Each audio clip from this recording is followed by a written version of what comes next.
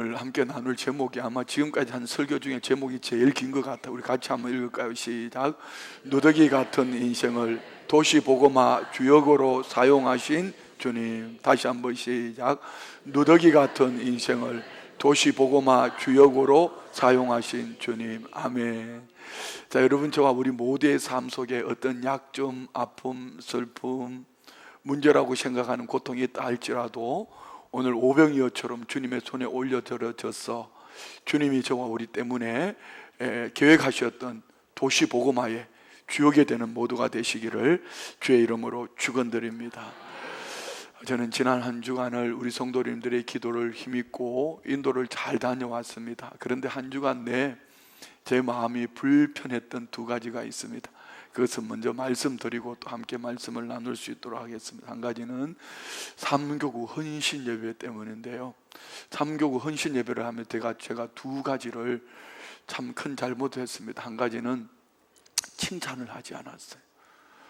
왜 칭찬을 하지 않았냐면은 8월 한 달을 우리 교구장님들에게 8월 달은 이 무더위 속에 성도님들 찾아가는 것도 별로 좋지 않고 그러니까 그냥 사무실에 앉아서 병원에 계시는 분이라든가 특별히 이제 혼자 계시는 분들을 신방하는 것 외에는 전 성도들을 그냥 시시콜콜 다 알고 또 묻고 이렇게 해서 매일매일 내게 보고를 하라고 이렇게 했는데, 이렇게 어느 날 보니까 교구장님이 보고서가 올라오는 데 보니까 헌신 예배 준비한다고 못했다고 뭐 이렇게 올라오는 거예요. 순간적으로 살짝 열이 받기도 했지만 그것 때문에 열받은 게 아니고 더 중요한 거는, 아니 이 무더위 속에 신방도 하지 말고 사무실에 앉아서 성도님들을 신방을 하라고 그러는데, 아니 이 무더운데 성도님들을 밤낮 주야로 불러 내가 삼교구로 괴롭히니까, 왜 이런 거 있잖아요 여러분. 왜 내 자식을 내가 때릴 때는 그래 남들이 우리 자식을 뭐라 하면 싫잖아요. 우리 부모님을 내가 싫어해도 누가 우리 부모님을 안 좋은 얘기하면 기분 나쁘잖아요. 그러니까 교구장님이 그러해도 우리 성도님들을 이 무더운 날에 밤낮 주야로 불러낸다 생각하니까 영 마음이 불편하더라고. 사실은요, 지난주 삼교구 헌신 예배 때 언제 기회가 되어지면 다시 한번 잘 기억하셨다가 한번 전 성도들 뭐 주일날 해도 괜찮고 다시 한번 특송, 그 제목이 뭐였죠? 디스니인가? 이게 뮤지컬 뭐 이렇게, 이거는요 카네기 홀에 가도 정말 손색이 없을 정도로 이런 작품이었어요. 물론 헌신 예배가 그거 잘했다고 헌신 예배가 아니고, 마음의 중심을, 헌신 예배하면 헌금도 많이 했죠. 어떤 헌신은 삶으로 헌신이 되어지는 것이 헌신 예배지, 그거 뭐 뮤지컬 한번 잘했다 그런 것은 아니잖아요. 그런데 이제 제 마음과는 달리 교구 성도님들이 어쩌면 그렇게 행복해 하는지 몰라요. 그렇지만 정작 칭찬을 하고 싶었는데 칭찬을 할 수가 없었어요. 이 칭찬을 안 한 것이 늘 마음에 걸려서 3주일 동안 마음이 좀 괴로웠어요. 자, 우리 삼교구 우리 칭찬 박수 한번 합시다. 그리고 또 다른 한 가지는, 설교를 하면서 제 그 사도행전 17장에 그 데살로니가에 있는 야손이 그의 집에 바울과 실라와 디모데를 3주 동안 모시고 잘 영접하고 가정을 성전으로 삼았던 것을 얘기하면서 제가 이렇게 얘기를 했어요. 왜 구역 예배를 교회에 와서 드리냐고. 그러면서 제가 걸리지 말라고 그랬잖아요. 그 마음이 얼마나 불편했던지 몰라요. 왜 그러냐면은 우리 남성교회가 지금 남성교회장님 김정 장로님을 중심으로 총무님, 우리 모면수 안수 집사님은요 그냥 이걸 구역 예배한 것을 한 달 동안 통계를 내가지고 구역장님들에게 예배 드렸냐 안 드렸냐 얼마나 달달 볶는지 몰라요. 그러니까 남성 구역이 활성화가 되고 있잖아요. 그래서 사실은 제가 초신자 때 여의도 순복음교회 다닐 때 제일 은혜 받았던 것이 구역 예배 때입니다. 그리고 우리 집에서 구역 예배를 드리는 것이 소원이었는데, 아마 여의도 순복음교회 다닐 때는 뭐 제가 믿음이 별로 부족했던지 하여튼 그랬어요. 구역 예배를 저희 집에서 뭐 여성 구역 예배는 드렸지만 남성 구역 예배를 드리지도 못했고, 그리고 안산으로 이사가서 신학교를 가기 위해서 안산으로 이사가서 배추장사 하면서 우리 집에 구역예배, 교구연합예배 한번 드려달라니 집이 작아서 안 된대요. 그래서 한 번은 집이 좀 40평 정도 되는 넓은 집으로 이사를 갔는데 가자마자 교구장님한테 얘기를 해서 우리 집에서 교구 연합 예배를 좀 드리게 해달라고. 교구 연합 예배를 처음 드리는 날 정말 저는 눈물로 예배를 드렸어요. 왠지 아십니까? 우리 가정을 성전 삼고 하나님 앞에 예배 드린다는 이보다 더 큰 축복이 없는 것을 저는 알거든요. 그것을 믿거든요. 그런데 왜 이 좋은 은혜와 축복을 성도님들이 내 가정을 성전 삼고 예배를 드리지 않고 왜 교회 와서 예배를 드리냐? 이 얘기는 모든 분들이 한 얘기가 아니고 집에서 예배를 드릴 수 있음에도 불구하고 우리 집 내놓는 게 싫고 귀찮다 뭐 아니면은 여러 가지 이유, 시대가 많이 바뀌었습니다. 특별히 남성들 같은 경우는 이제 부인 눈치를 봐야 되잖아요. 어디 집에까지 끌어들여서 그렇게 나를 귀찮게 하냐? 그러면 부인 눈치를 봐야 되니까 집에 가기도 어려우니까 그럴 수도 있지만 집에 오자 그러면 집에서 예배를 드리자면 세신자나 이런 분들이 불편할 수도 있으니 교회에서 예배 드리는 게 또 얼마나 또 합당할 수도 있습니다. 뿐만 아니라 여성들이 수요일 날 같을 때 보면은 수요 저녁 예배를 드리고 그 이후에 8시 반부터 9시, 10시까지 구역 예배를 새가족실에서 뭐 찬양대실에서 드린 것을 보면 참 귀하게 생각을 하지요. 제가 말씀드린 것은 여러분 가정을 성전 삼고 한번 잘 생각해 보세요. 내가 예수를 믿는데 우리 가족들이 예수를 믿지 않아. 여러분 집안 안에 우리 사도행전 2장에 보십시오. 오순절 마가의 다락방에 성령이 임할 때 각 사람 위에 성령의 불이 임할 때 먼저 성령의 역사가 그들이 앉은 공간에 임했다 했습니다.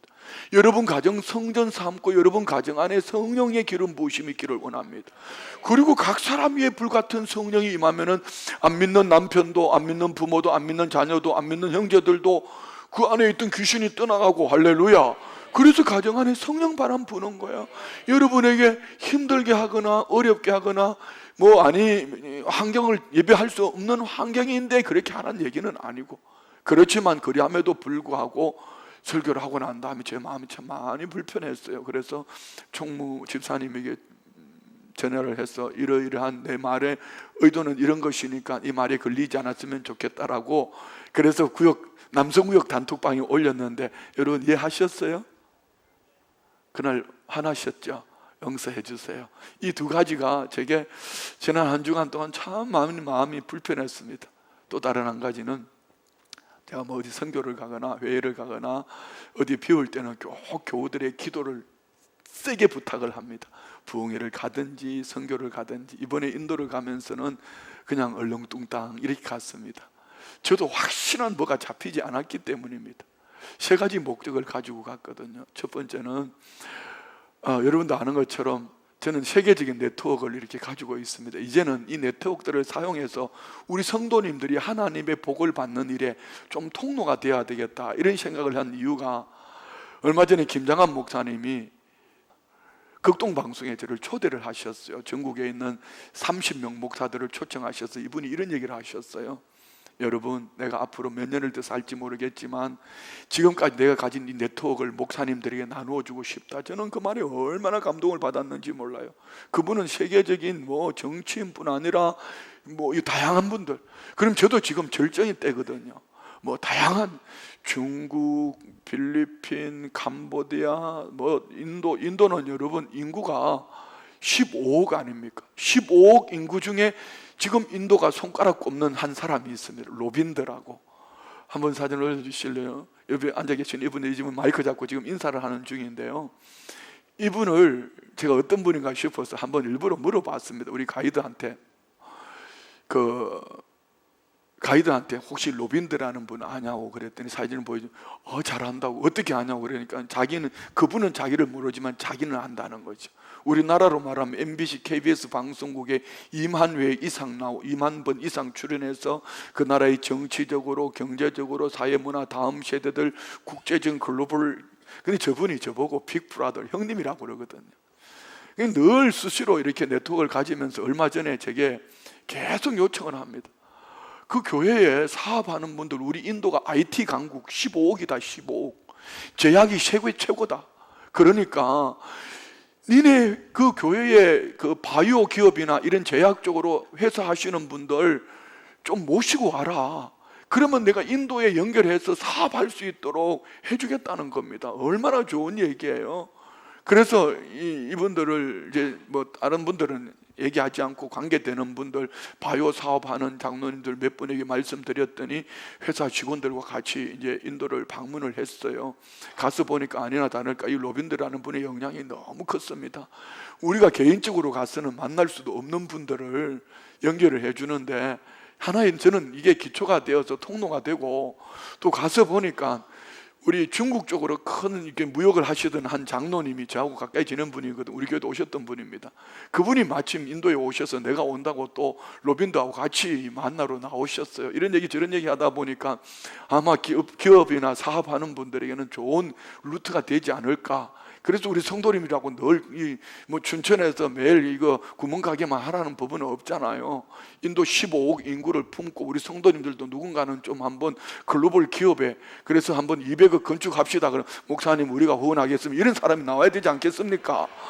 그래서 뭐 제 때는 되든지 안 되든지 어떻든 저는 좀 루트가 되어줘야겠다 이런 생각이 들어서, 그리고 다음 세대에 대한 부분이 있기 때문에 우리 민장로님이 그리고 다음 세대에 대한 부분에서는 여러 가지를 많이 하고 계시니까 가서 이렇게 만나고 왔는데, 크게 세 가지 목적이었습니다. 첫 번째는 비즈니스 선교, 두 번째는 인도의 포항 안디옥 교회에서 세운 안디옥 신학교가 있는데 많은 핍박 속에 있어요.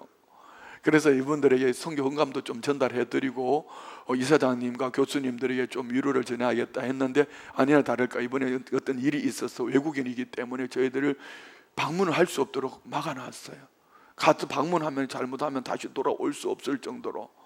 그러면서 인도에 있는 그 한 도시에 40만이나 되는 성도가 모이는 교회가 있고, 제가 만나려고 했던 목사님은 3만 명 교회, 그리고 또 순복음교단이 지금 부총회장인데 다음번에 총회장 되시는 분. 인도는 세계의 기독교 10대 핍박 국가입니다. 박해하는 국가입니다. 그런데 어떻게 그들은 그렇게 그 속에서 40만이나 되는 성도로 3만이나 되는 성도로 부흥할 수 있냐는 것이죠. 맨 마지막에 나왔던 사진이 그 교회 사진입니다. 교회 강단에 올라가서 사진을 찍었는데 예배당 하나가 한 본 건물이 1700명이 들어갈 수 있더라고요. 그곳에서 뭐 몇천 명이 예배를 드린다 하나요? 그런데 그날도 마침 점심때 12시쯤 방문을 했는데, 인도가 지금 핍박이 세거든요. 모리 총리가 뭐 이어서 하면서 기독교인들에 대한 그냥 핍박. 그래서 기독교인들이 모리 총리가 이번에 지난 선거 때 되지 않도록 전 세계 언론이 모리 총리가 80%는 득표할 거라고 생각했는데 저분들이 기도 속에서 40 몇 프로가 나온 거예요. 그래 기도하는 사람들은 기적이라고 생각합니다. 그만큼 교회들이 지금 핍박 속에서 힘있게 부흥하는 인도 교회를 보고 싶었고, 목사님들과 교제하고 싶었던 한 번의 목적이 있고, 세 번째는 성지 순례입니다. 인도에 가면 도마 성지가 있거든요. 도마가 20년 동안 그곳에서 사역했던 그곳으로 말미암아 한 도시가 한국처럼 교회가 많고, 한국처럼 지금 말했던 그 교회들이 부흥하고, 오히려 인도의 15억 도시 중에 인구 중에 네 번째 도시 첸나이라는 이 도시는요, 한지 건너 교회가 있는 것처럼, 그리고 거리가 달라요. 장로님들이 이 도시는 다르다고. 왜 그런지 압니까? 복음으로 세워진 도시이기 때문입니다. 그래서 이 세 가지 목적을 가지고 이번에 인도를 방문을 했는데, 이제 다 이해가 되셨죠? 왜 우리 목사님이 얘기를 안 해줬냐고 섭섭해하지 마시고, 여러분 언제가 기회가 되어지면은 성지순례도 가보고 도마 성지도 가보고, 또 우리 다음 세대들도 비전 트립으로 보내려고 계획을 세우고 있습니다. 내년에는 우리 교역자들을 데리고 한 주일 저녁에 가서 한 4일 정도 한번 갔다 오시면 좋겠다 싶을 정도로 그런 계획을 세우고 싶어요. 뿐만 아니라 우리 교우들도 도마 성지도 보기도 하고 인도 교회도 보기도 하고, 우리 한국 교회가 지금 너무 배가 불러요. 그리고 제 자신도 좀 깨뜨리고 싶기도 하고 더 겸손해지고 싶기도 하고, 이런 목적을 두고 이번에 다녀왔는데, 제가 말씀드리고 싶은 것은 이겁니다. 예수님의 제자였던 도마 한 사람의 역할이 얼마나 소중했던가. 예수님의 제자 중 우리가 알고 있는 이 도마는 의심하는 도마 아닙니까? 주후 52년경에 상인들과 함께 인도 케럴라라는 도시에 정착해서 7개 교회를 세웠습니다. 그리고 10년 후에 한 해안을 도착해서 리틀 마운트라는 한 동굴 속에서 거하면서, 그러다가 거기서도 지역의 타종교 광신자들로 견딜 수가 없어서 4년 후에는 그 도마산이라고 불려지는 그랜드 마운트로 탈출을 했습니다. 그곳에서 8년 동안 머물러 있으면서 자기가 만든 십자가 앞에서 기도하다가 창에 찔려서 순교를 했습니다. 자, 그는 그렇게 하고 죽음으로 끝났습니다. 그런데 이 도마의 한 사람으로 말미암아 인도에 끼친 영향력이 얼마나 큰가를 말씀을 드리려고 합니다. 인도는 힌두교와 무슬림이 강한 나라이고 기독교 박해가 심한 나라입니다. 힌두교와 무슬림의 영향으로 가득한 인도 땅의 분위기가 다른 곳이 지금 저희가 방문한 첸나이라는 그 도시인데요, 도마 한 사람의 영향으로 첸나이에는 많은 교회가 있고 인도가 15억 인구 중에 약 3%, 약 4천만이 기독교인인데요, 그 중에 한 도시에 2천만이 기독교인이 살고 있습니다. 도마가 살아계신 주님을 만났을 때에 그는 의심 많았던 그 도마가 확신으로 변하며 그의 삶의 모든 것을 드릴 때에 주님을 인격적으로 만난 한 사람의 변화는 삶을 하나님의 시선으로 살아가는 그를 통하여서 지금까지 2000년 기독교 역사 속에 인도의 핍박 속에서도 잠들지 않고 시들지 않고 오히려 부흥하며 인도의 정권에 영향을 끼치고 있단 말입니다.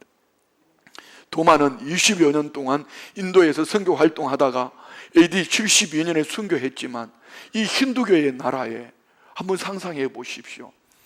한 교회가 40만, 그 교회가 꿈꾸는 것이, 그런 교회를 그 도시 안에 4개 세우는 것이 교회의 비전으로 지금 그 교회가 기도하고 있고요. 제가 방문했던 토마스 목사님도, 도마라는 이름입니다. 이 목사님도 지금 24시간 릴레이 기도를 하고 있는데, 우리가 방문했을 때요, 기도 소리가 어디서 와글와글, 우리는 릴레이 기도하면 뭐 몇 명이 앉아있지만 수백 명 그 지하 성전에 가득 채워져 가지고요, 하보는 길거리에서 뭐 사람들이 쫙 줄을 이어서 차를 타고 가는데 이 사람들이 어디 가냐고 물으니까 기도하러 간다. 릴레이 기도. 놀랍죠? 기독교 박해 국가 속에 그런 도시가 있다는 게 놀랍지 않아요? 주님을 만난 한 사람의 변화가 도시를 바꾸고 어두운 땅, 인도 땅 가운데 주님께서 그들을 빛으로 사용하고 계신다는 얘기입니다. 도시 복음화, 지역이 바뀌는 것 어쩌면 먼 일처럼, 과연 우리가 52년 전에 우리 순복음 춘천교회의 태동과 함께 시작되어졌던 성시 선교대회가 올해 52주년을 맞이합니다. 과연 이 일이 가능할까 의문이 듭니다. 이처럼 성경은 어떻게 보면은요, 한 사람의 이야기입니다. 한번 찾아볼까요, 우리요? 창세기 12장에 보면은 아브라함이라는 한 사람이 나옵니다. 그가 집안이 부유합니다. 아버지 데라는 부유함, 우상장사로 부유함으로 살고 있을 하나님은 한 사람 아브라함을 불러내시고, 그냥 불황자나 마찬가지 아닙니까? 약속의 땅에 집어넣으시고 그를 통해서 한민족을 세워갑니다. 한 사람 아브라함을 통하여. 자, 여러분, 요셉은 어떻지요? 꿈 때문에 형제들이 시기 질투로 은 20냥의 이름 모를 나라에 팔려가서 종살이 하는데 버려진 아들 아닙니까? 버려진 형제 아닙니까? 팔려가는 형제 아닙니까? 다윗은 어떻습니까? 8형제 중에 막내로 태어났습니다. 그런데 사랑받는 막내가 아니라 버려진 막내로 들판에서 양들을 치는 그냥 목동으로 살아가는 이 다윗. 모세는 어떻지요? 레위인의 가족으로 자녀로 태어났지만 태어나서 3개월 동안 아유 울음소리가 커지며 더 이상 집안에 키울 수 없으니 나일강가에 버려진 아들입니다. 뿐만 아니라 다니엘은 10대 때에 나라가 뺏기면서 포로로 잡혀갔습니다. 이처럼 이들 앞에 붙는 수식어가 있습니다. 버려졌다, 팔려갔다, 아니면 잡혀갔다. 한마디로 오늘 설교 제목입니다. 누더기 인생입니다. 갈기갈기 찢어진 인생이죠. 삶이 갈기갈기 찢어진 누더기 같은 인생이었던 그들에게 오늘 본문에도 한 여인, 우리가 알고 있는 일명 수가성 우물가 여인이죠, 어쩌면 운명처럼 치부하고 살아가는 누더기 같은 인생을 살아가는 한 여인, 우리가 잘 알고 있는 것처럼 이 여인이 예수님을 만나고 오늘 읽었던 본문 속에 보면은 사마리아라는 한 도성이 복음화되어져 가는 것을 볼 수 있습니다. 이 여인은 수가라는 동네에 있는 야곱의 우물 곁에서 예수님을 만나 대화하는 장면이 나옵니다. 언제 기회가 되면은 상담학적으로 이 본문을 가지고 한번 설교를 하고 싶은데요, 이 여인은 과거에 남편이 5이 있었고 지금 다른 남자와 동거하고 있는 것을, 그는 여인으로서 참으로 누더기 같은 인생이죠. 기구한 운명입니다. 대체로 여인들은 뜨거운 낮을 피해서 저녁 시간 아침에 물을 길러 오는데, 이는 사람들의 낮을 피해서 오히려 한낮에 물을 길러 왔습니다. 이유가 어디에 있습니까? 거기는 상처가 있는 것이죠. 사람들이 입방아 우물가에 물 길러 가면 저 여자가 이게 듣기 싫은 거지요. 요한복음 4장 16절로 18절 말씀 보십시오. 이르시되 가서 내 남편을 불러오라. 여자가 대답하여 이르되 나는 남편이 없나이다. 예수께서 이르시되 내가 남편이 없다 하는 말이 옳도다. 너에게 남편 5이 있었고 지금 있는 자도 내 남편이 아니니 내 말이 참되도다. 예수님과 대화 속에서 남편 불러오라 할 때 여인이 얼마나 상처를 받았을까. 남편이 없습니다. 옳다. 그런데 얘기하지도 않는데 네 남편이 5이 있었는데 너 남편 5 가서 치웠구나. 너 지금 살고 있는 남자도 네 남편이 아니다. 뭐 이렇게 말씀하시는데 이 여자가 얼마나 상처받았겠습니까?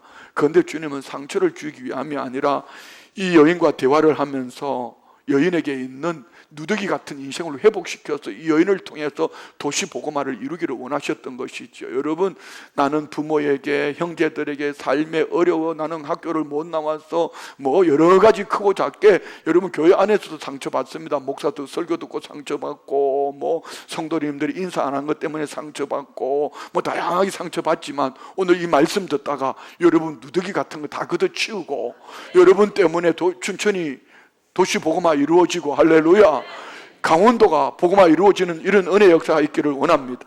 오늘 이 여인의 시대적인 상황을 보면은요, 여성들의 사회적 위치가 높아져 있지 않았습니다. 지금은 뭐 여성들이 더 무섭습니다. 그렇잖아요?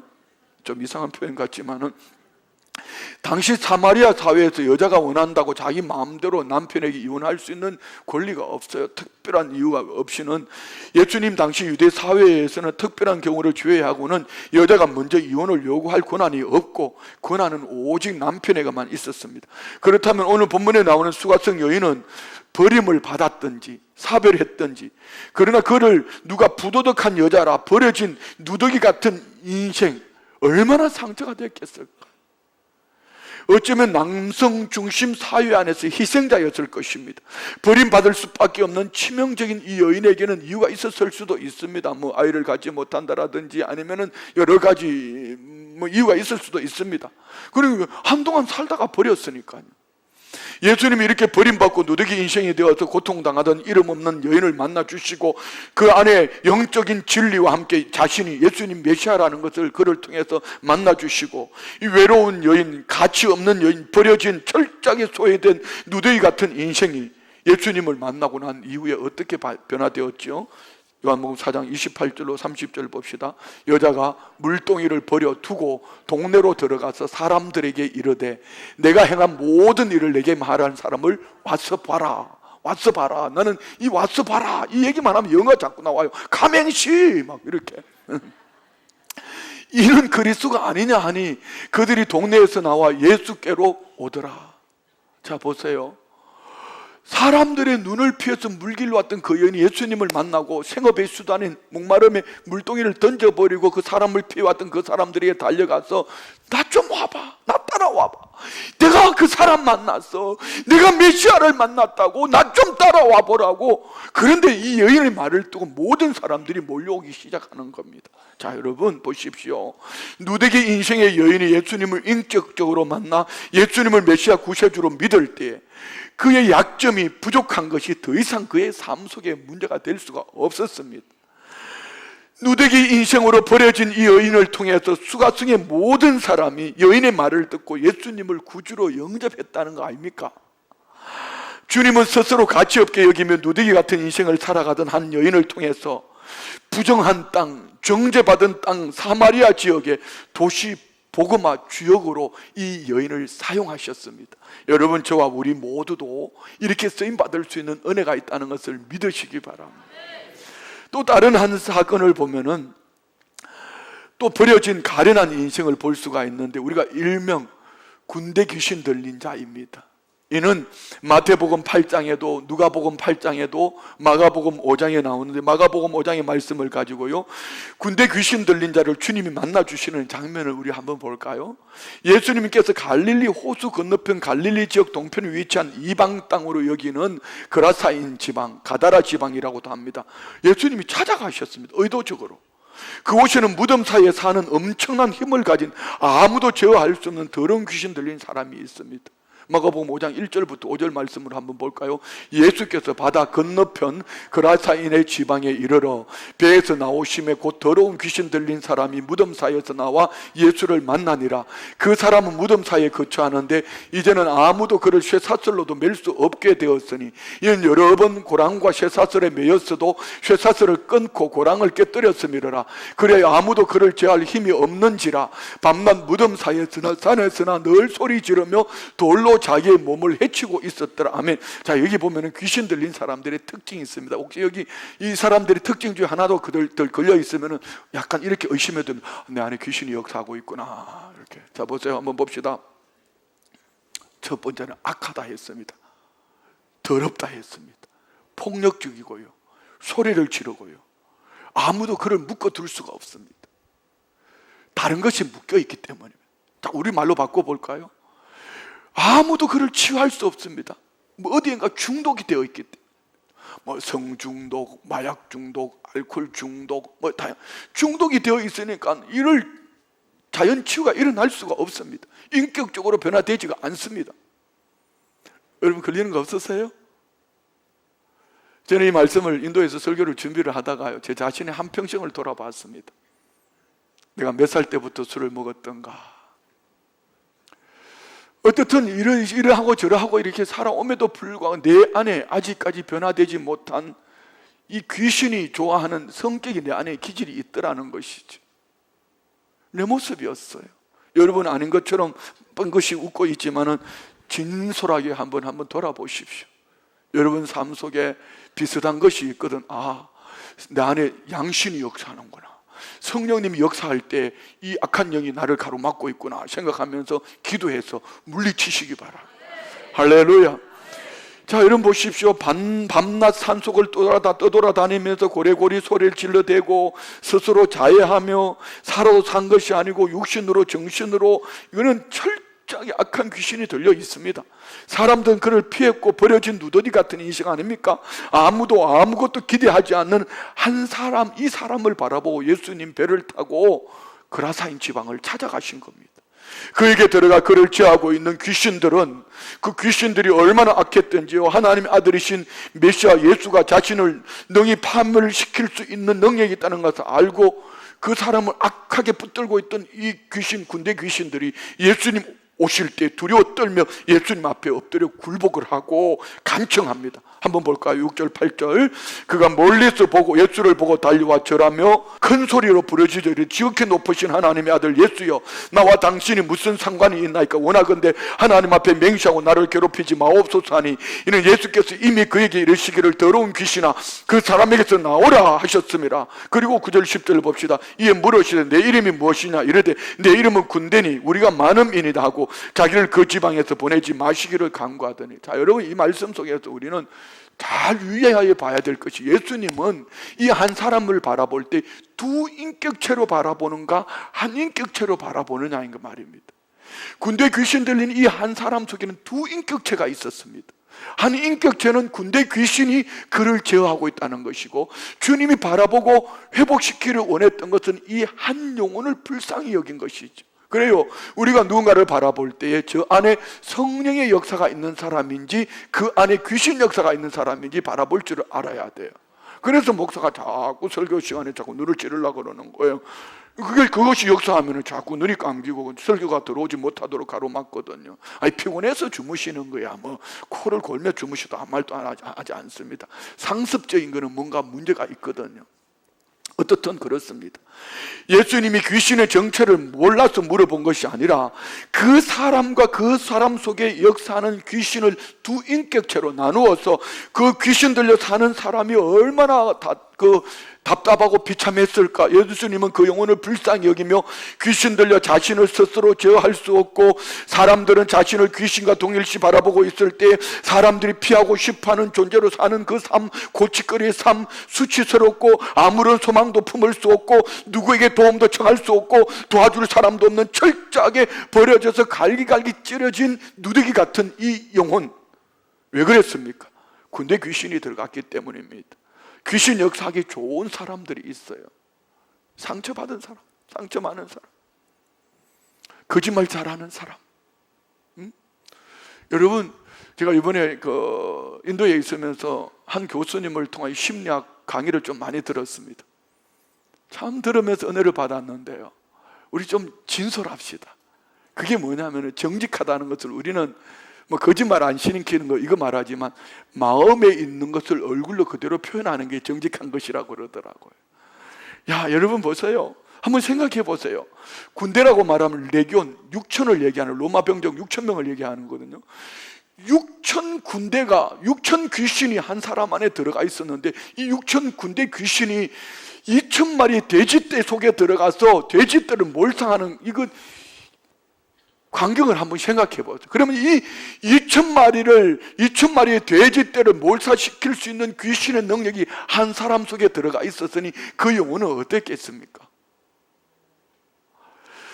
멀쩡하게 있던 돼지 2천 마리, 호수로 치달아서 물속으로 뛰어드는 귀신의 역사로 말미암아 돼지들 안에서 이 역사하는 귀신의 역사가 2천 마리가 몰사하는 이 광경을 한번 생각해 보세요. 이스라엘 성지순례를 가면은 여러분 가다라 지방, 그라사인 지방을 가면은 그런 얘기를 하면은요, 한번 연상을 한번 해보세요.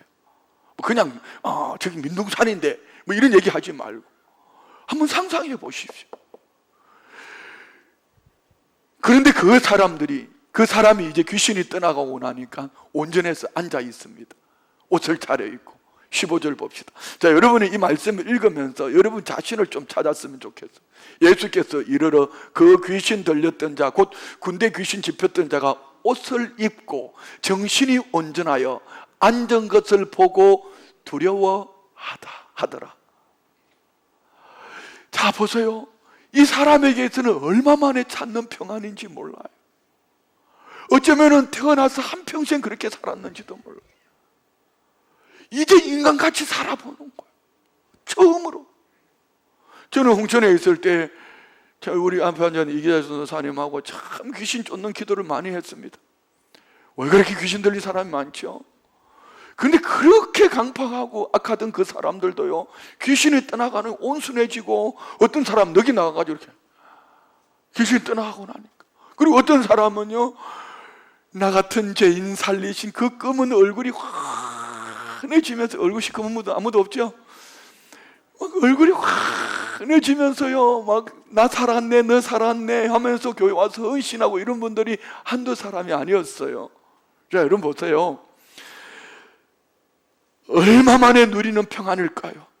나를 묻고 괴롭히던 것들, 나를 나답게 살지 못하게 하는 그 악한 영에 이 붙들려 살던 나를 풀어주신 주님의 은혜가 이 사람이 누르고 있던 예수님으로 말미암아 눌림이 떠나고 영적 평안함, 세상이 줄 수 없는 평안함을 얻은 이 사람의 모습을 여러분 한번 마음으로 한번 그려보십시오. 여러분 안에 이 평안이 있기를 원합니다.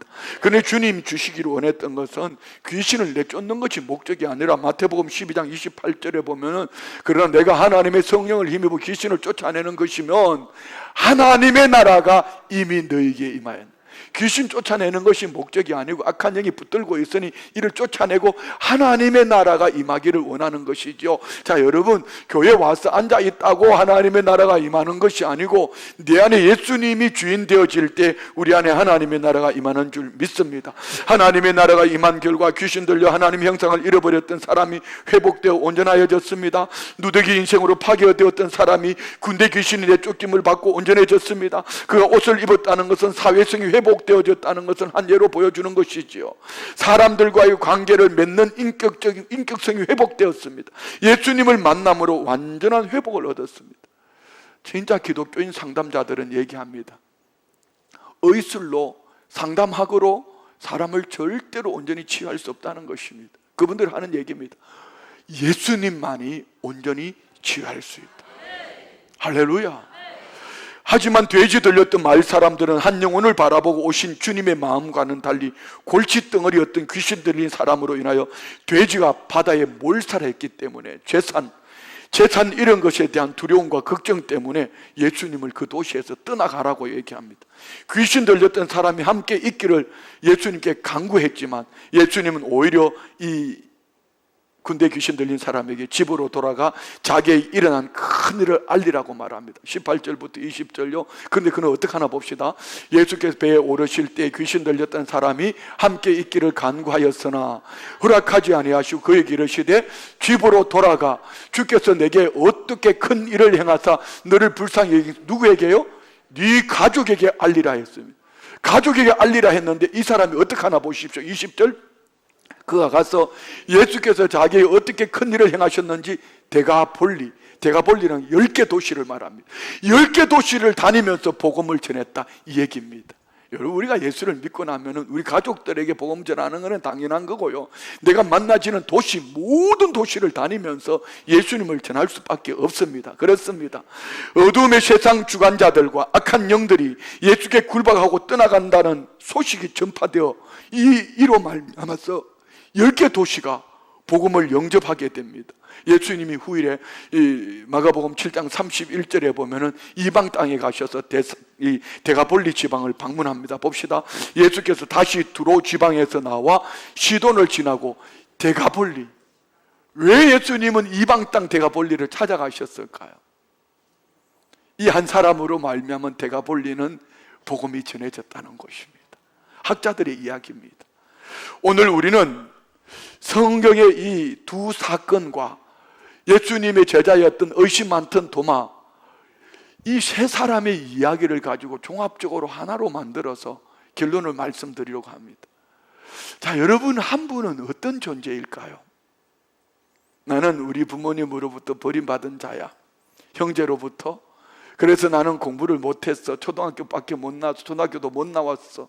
나는 삶이 꼬불꼬불 아직까지 이렇게 재산도 없고 물려받은 것도 없고, 그나마 결혼했더니 남편이랑 매일 술 먹고 돌아다니고 뭐 가정을 챙기지도 않아. 여러 가지 뭐 누더기 같은 인생을 얘기하겠지만 예수님을 인격적으로 만나고 나면은 누더기 인생이 도시 복음화를 위해 쓰임 받을 수 있는 줄 믿습니다. 할렐루야. 사실 알고 보면 이 누더기 인생은요, 저와 우리 모두가 그랬습니다. 왜요? 우리는 예수 믿기 전에 죄와 허물로 죽었던 자거든요. 여러분, 죽은 시체를 끌어안고 여러분 영안실에 가서 뭐 잠깐 나와서 염할 때나 울지, 그 영안실 속에 집어넣고 하루만 있으라 그러면 살겠어요, 여러분? 장례 치르다가 그냥 관이 들어간 데 따라 들어가겠다고 막 관을 잡고 울고 불고 하면 저는 요즘 그럽니다. 같이 집어넣으라고. 같이 집어넣으라고. 요즘은 뭐 화장하니까 그렇게 하는 사람도 없지만은 옛날에는 뭐 관을 매장한다고 하면은 막 그 관을 붙잡고 나를 버려두고 간다고. 그럼 내가 그래. 같이 집어넣고 흙을 갖다 붙여. 한 사람도 안 들어가더라고. 여러분 한번 생각해 보십시오. 우리는 누더기 인생이었습니다. 죽었던 자입니다. 차라리 육신의 죽음과 영혼의 죽음은, 육신은 죽어도 예수 믿으면 영원토록 살지만 영혼의 죽음은 지옥 형벌을 면할 수 없습니다. 그런 우리를 하나님이 누더기 같은 인생을 살려서 도시 복음화를 위해서 쓰시겠다는 것입니다. 자, 결론을 하면서 이 구절만큼은 마음에 담으셔야 합니다. 봅시다. 에베소서 2장 20절로 22절 말씀인데요, 여기서 세 가지를 보려고 합니다. 첫 번째, 너희는 사도들과 선지자들이 터 위에 세우심을 입은 자라. 자, 사도들과 선지자, 사도는 신약 성경을 말하고 선지자들은 구약 성경을 말한다면 구약 성경을 통하여 우리 하나님의 말씀이 우리 믿음의 기초가 되기를 원합니다. 두 번째, 그리스도 예수께서 친히 모퉁이 돌이 되셨다. 모퉁이 돌은 건축의 중심입니다. 기준입니다. 예수님이 우리 삶의 중심, 기준, 캐논이 되기를 원합니다. 다시 말씀드리면 예수로 생각하고 예수로 말하고 예수로 살자는 것입니다. 할렐루야. 세 번째는요, 그의 안에서 건물마다 서로 연결하여 주 안에서 성전이 되어가고 연합입니다. 교회는 나 한 사람으로 끝나는 것이 아니라 예수님 중심으로 모여 구원 얻은 우리가 서로 연결하여 주 안에 성전 되어질 연합입니다. 우리가 교회가 된 것처럼 이제는 교회도 연합을 해야 합니다. 춘천의 400개 교회가 연합을 하고요, 강원도 삼천교회, 우리나라 5만여 교회가 연합을 하고, 남북의 교회가 연합을 하고, 세계 열방의 교회들이 연합하고, 할렐루야. 여러분, 세 가지 우리 마음에 담아요. 그렇게 살아갈 때 우리 주님이 우리에게 어떻게 하시겠다? 22절, 너희도 성령 안에서 하나님이 가실 처소가 되기 위하여 그리스도 예수 안에 함께 지어져 가느니라. 그리할 때 성령님이 내 안에서 거룩한 성전으로 지어져 가는, 우리 주님 다시 오실 때 완성된 성전으로 주님 앞에 설 줄 믿습니다. 자, 우리 세 가지 가슴에 담아요. 첫 번째, 우리 말씀이 우리 삶의 중심, 터전이 되기를 원합니다. 주의 말씀은 내 발의 등이요 내 길의 빛이니라. 옛날 과거 울고 먹으면 안 돼요. 지금 사람이 마음으로 교회 갈지라도 그 걸음을 인도하시는 분은 누구라?